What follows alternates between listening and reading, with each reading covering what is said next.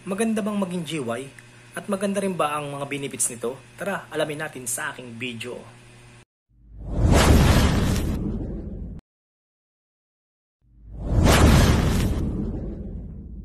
Hi guys, welcome back sa aking YouTube channel. I'm Nelgy Padurina. Sa video ito guys ay meron sa atin na nagre-request na ang sabi niya, tips naman po for GY. Ayan, sa mga hindi po nakakaalam ng GY, ang ibig po sabihin ng GY ay graveyard. Ayan, ito yung mga pumapasok ng panggabi. Ayan. So bago syempre natin simulan ang video na to, ay nagpapasalamat ako sa mga solid supporters natin dyan. Kay Renante Andaya, number 1 natin na supporters, at kay Boss Rex TV. Ayan, shout out po. Kaya na Ros de Luna, yan, shoutout po. At sa aking mga kasama sa store. So yun, huwag natin ito patagalin. Mag-start na tayo. So mabibigay ko ditong tips ay based lang sa aking experience, no? Bilang nakaranas na rin ng GY. Kasi pag sinabing GY, matik yan, buong gabi ang duty mo, no? Katulad na lamang ng example. Pasok niyan ay alas 9 ng gabi hanggang alas 5 ng umaga, or minsan naabot pa ng alas 6. So based on my experience, ay share ko sa inyo yung aking karanasan sa pagiging GY. Ganito ang ginagawa namin. Kapag in ko pa lang sa trabaho, then meron sa akin mag-endorse ng mga backup. I-endorse ako niyan. Ganito karami niluto kong manok, ganito karami niluto kong spaghetti. Then i-update ko yung holding time nun, kasi pag yan ay na-lapse, pwede yung mapanis or masira. Then kapag naman yung chicken, kukunat yan kapag yan ay sumobra na sa holding time niya na 1 hour. So yun, ang ginagawa ko niyan, pag GY ako, ayan, ina-update ko yung mga holding time niyan, tinitingnan ko yung mga backup kung kompleto ba. Then nag-DDIC ako. Ang ibig sabihin ng daily inventory, ayan, ako rin yung gumagawa niyan kapag pag-in ko yung alas 9, kasi pag-end yan ng alas 12, kaya kailangan kong tapusin yan hanggang alas 11 or alas 10. Ayan, nag-DDIC ako niyan.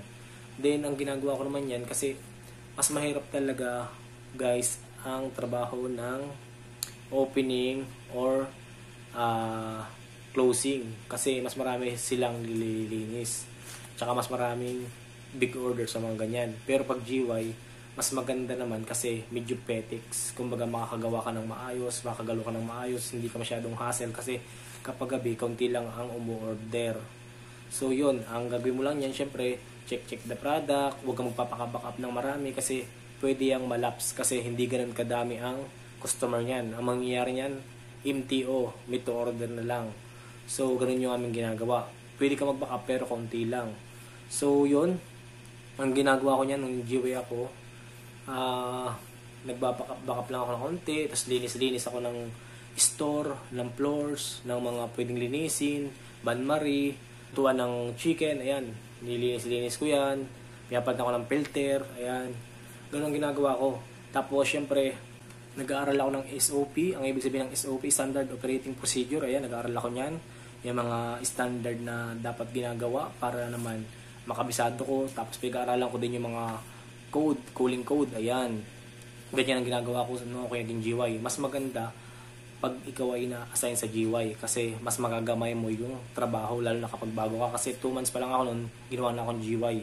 So ang alalayan lang natin dito, yung iwasan nating yung parang lagi ka nagpupuyat, kasi syempre panggabi tayo, kailangan natin ng sapat na tulog sa umaga para pag dumuti tayo ng gabi, kayang-kaya nating harapin yung mga big orders, yung trabaho natin. Kasi nung ako nakaranas ng ganyan, syempre pag umuwi ako ng umaga, alas 5 ng umaga, o minsan naabot ako alas 6, hindi agad ako makatulog, kasi nga syempre umaga yun, maingay sa aming generatorhan, malakas ng mga video okay, tapos yung mga kasama mo, kala mo walang kasama sa bahay na galing GY. So yun lang yung mahirap doon, kapag hindi ka nakakatulog ng maayos.